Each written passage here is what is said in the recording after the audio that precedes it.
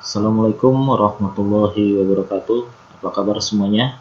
Mudah-mudahan kita diberikan kesehatan sehat walafiat. Baiklah, di sini Bapak akan menerangkan tentang perubahan sosial budaya dan globalisasi. Di pertemuan yang pertama ini kita belajar tentang sebagian yang tentang perubahan sosial budaya saja. Baiklah, kita masuk ke materi tentang perubahan sosial budaya. Yang pertama tentang pengertian perubahan sosial budaya. Itu ada pengertiannya pertama, yaitu menurut Gilin dan Gilin.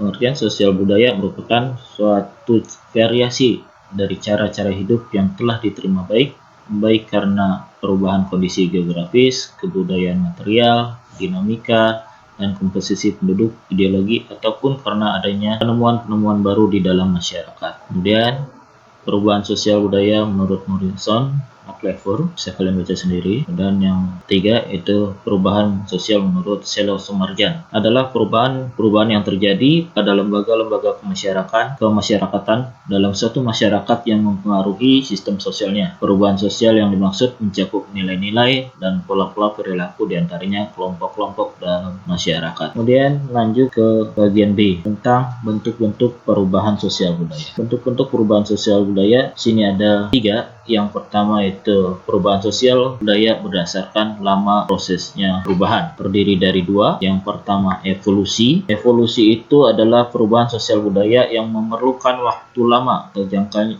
waktunya sangat panjang. Kemudian ada yang kedua revolusi. Revolusi adalah perubahan sosial budaya yang berlangsung dengan cepat. Contohnya di sini adalah revolusi industri ya. Kemudian ada yang lain juga. Itu perubahan sosial budaya yang berdasarkan lama proses perubahannya. Kemudian lanjut yang kedua, perubahan sosial budaya berdasarkan pengaruhnya terhadap masyarakat. Yang pertama ada perubahan kecil, berarti perubahan kecil ini tidak berpengaruh besar terhadap masyarakat. Contohnya ini ada gaya berpakaian ya, ini ada contoh budaya yang asli dan budaya kita ini yang dari luar. Kemudian ada perubahan besar. Perubahan besar itu membawa pengaruh besar pada masyarakat. Contohnya di sini ada jalan dulu yang bagaimana, sekarang jalannya sudah bagus, gedung-gedung yang tinggi. Itu adalah bentuk-bentuk perubahan sosial budaya berdasarkan pengaruhnya terhadap masyarakat. Kemudian yang ketiga, ada perubahan sosial budaya berdasarkan yang direncanakan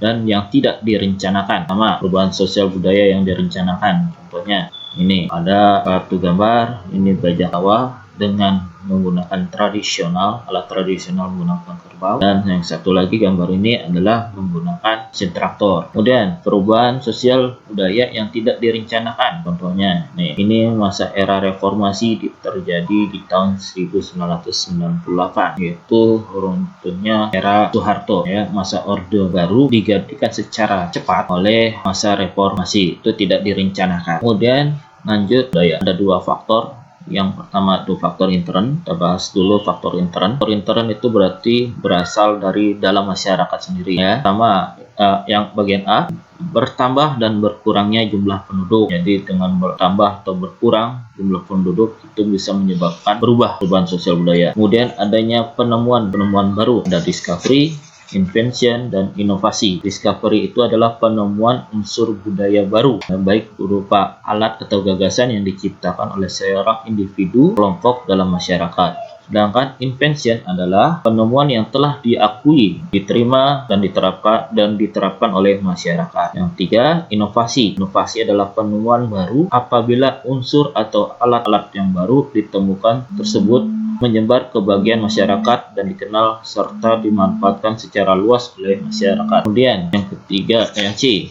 pertentangan konflik dalam masyarakat ya. Kemudian yang D, terjadinya pemberontakan atau revolusi dalam masyarakat. Itu adalah faktor penyebab perubahan di intern. Kemudian yang kedua itu faktor ekstern, berarti faktor dari luar. Yang pertama itu pengaruh perubahan lingkungan alam di sekitar masyarakat ya. Kemudian terjadinya peperangan antar negara atau antar daerah. Kemudian ada pengaruh kebudayaan masyarakat lain, ada difusi, ada akulturasi, ada asimilasi.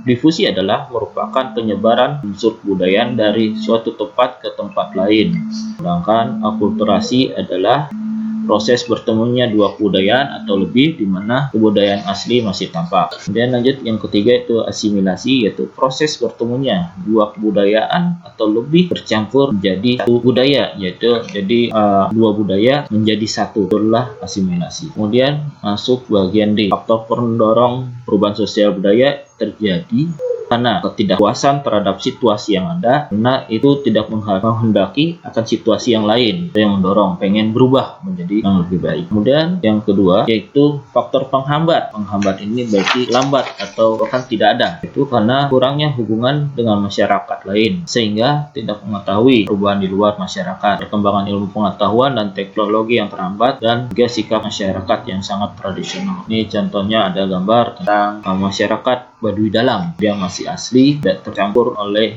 budaya dari luar. Tuh. Kemudian tipe yang pertama adalah masyarakat tradisional, yang masyarakatnya masih terikat dengan tradisi nenek moyang dan lingkungan alam sekitarnya. Yang kedua, masyarakat modern, itu masyarakat yang sudah mengalami banyaknya perubahan-perubahan karena pengaruh kebudayaan dari luar, sehingga tidak begitu terikat oleh tradisi dan lingkungan alam sekitar. Ya, tentunya ini salah satu contoh masyarakat yang sudah modern. Ada 4 perilaku. Pertama, aksi protes dan demonstrasi. Protes ini karena tuntutan individu atau kelompok yang dilakukan dengan lisan atau tulisan. Ya, yang kedua, contohnya kenakalan remaja, ada kriminalitas, kemudian ada pergolakan daerah. Ini contohnya ini OPM, ada akibat negatif. Akibat positif itu yang pertama, terwujudnya reorganisasi atau reintegrasi. Ya, terjadilah organisasi-organisasi yang baru. Kemudian ada terjadinya asimilasi, ya. Kemudian terjadinya proses integrasi. Lanjut yang ke D, meningkatkan perkembangan ilmu pengetahuan dan teknologi yang semakin canggih, yang dari tradisional menjadi lebih modern. Kemudian menimbulkan dan membuka lapangan kerja baru, ya.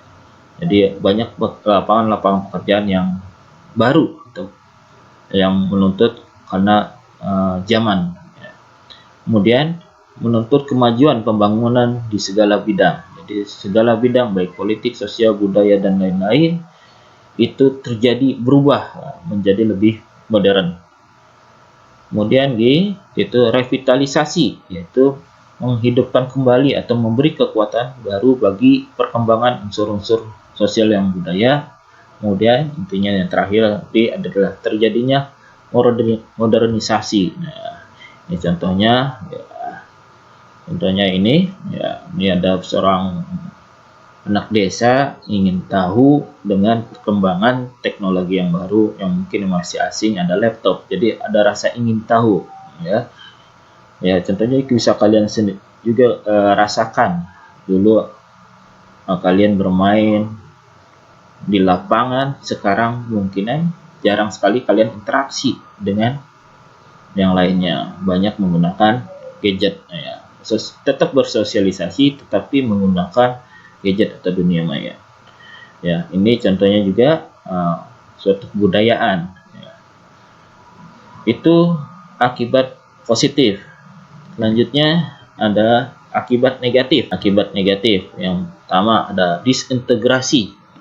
Disintegrasi itu apa? Ya, unsur-unsur yang berbeda tidak saling menyesuaikan sehingga masyarakat mengalami ketidakteraturan dalam kehidupan sosial, ya, hingga menghilangkan idealisme, ya, dan lain-lain, ya. Contohnya tidak seimbangnya norma-norma dalam masyarakat karena adanya budaya-budaya dari luar. Kemudian B, menurunnya rasa kesetiakawanan sosial dan gotong royong dalam interaksi sosial. Kemudian yang C, menimbulkan masalah-masalah sosial seperti kemiskinan, pengangguran, kriminalitas, dan kenakalan remaja. Tadi slide sebelumnya yang Mbak terangkan. Kemudian menimbulkan gerakan sosial untuk perubahan. Itu adalah akibat dari perubahan sosial. Ini contohnya ketimpangan, yang satu ada gedung tinggi yang sangat modern, ya. Yang satu lagi yang sangat tradisional atau ketinggalan. materi tentang perubahan sosial budaya. Mudah-mudahan kalian paham apa yang Bapak terangkan pada saat sekarang. Untuk pertemuan selanjutnya kita bahas tentang materi globalisasi. Tetap jaga kesehatan di masa pandemi ini. Ingat 3M, memakai masker, mencuci tangan, dan menjaga jarak. Sekian dari Bapak Heri. Wabillahi taufiq wal hidayah. Assalamualaikum warahmatullahi wabarakatuh.